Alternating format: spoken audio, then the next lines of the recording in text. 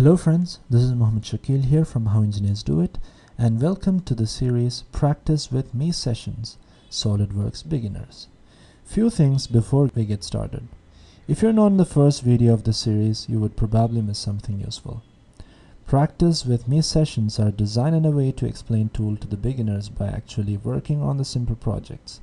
Thereby they learn to implement the tool at the same time. It requires zero CAD knowledge if you want to start with these lessons. I will make the drawing file full size in every video beginning so the users can take a screenshot of it and use it while they practice. This series is created following the success and appreciation I received from CAPA videos, so I will try my best to do the same with SolidWorks as well. I request my viewers and subscribers to give the same support I received from CAPA tutorial videos so that we can make this program a huge success. As usual, give thumbs up and comments. Without further ado, let's begin. In this video, we'll work on exercise number 62. To start off, we'll go to File, New, and double click on the part template. And we have the empty part template open. Let's go to the sketch and click on the sketch. And let's start doing a sketch on the the right plane.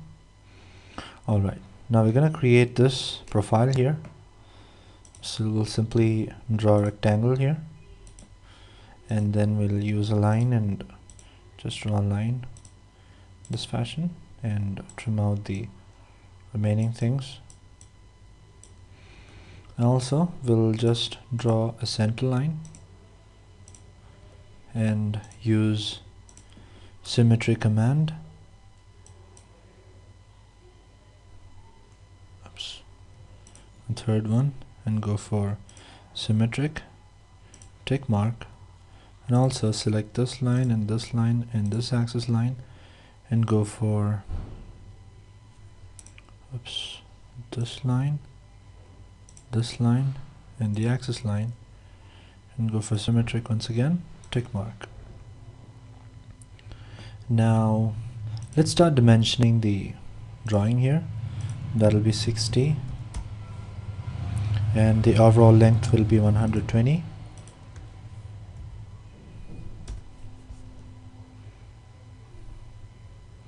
And this thickness will be 5.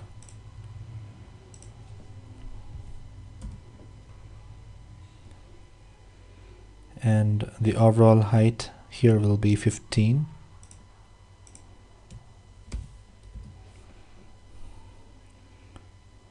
And finally, let's select this point here and this line and go for coincidence. Now we have a fully constrained sketch here. Exit the sketch. Now you can go for features, extrude boss and base. What we have to remember is you have to do the padding on both sides so that we can still maintain the symmetry here. So the overall length is 80, so that is 40 on both sides.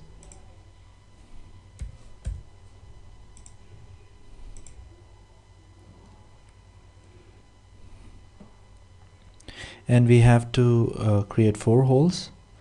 So create 4 holes. We'll select the upper surface and we'll click on the sketch.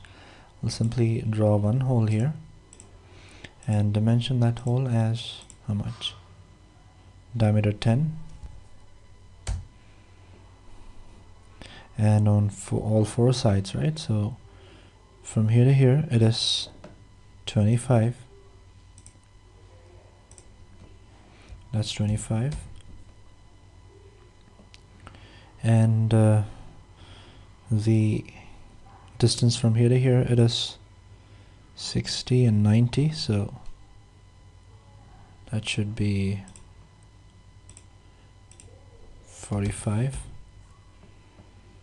Alright, now we have to create 2 center lines.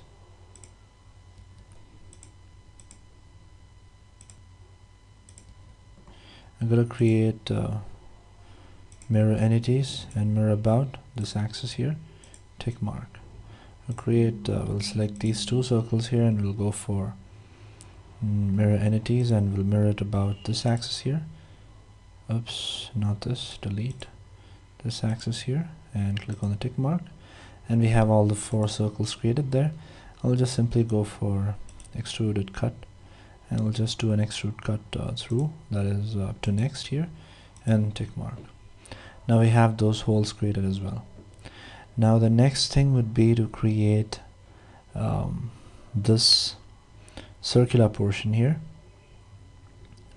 So before we create that, alright, let's just create the circular portion here. So go for the sketch and click on the sketch. I'll just decide where to sketch, so we'll go for the right plane, and we'll simply create two concentric circles.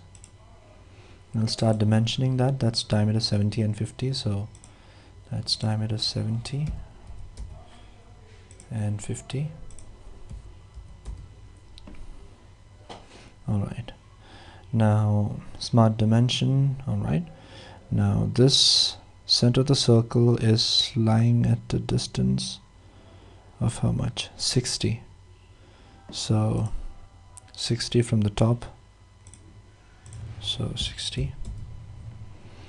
And also the center of the circle is lying at a distance of 30 from this edge here, so this is 30.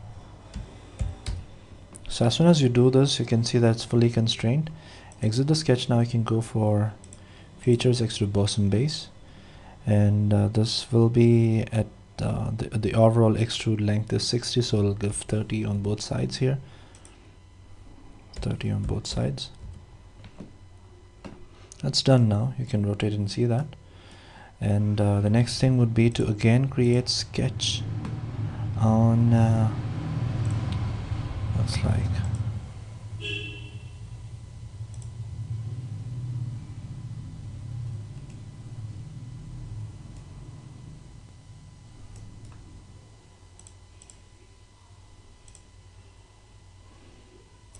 go for the sketch. We'll select the plane first, right plane. Seems like there is some software error. I'll go for the sketch, and now we'll draw a line,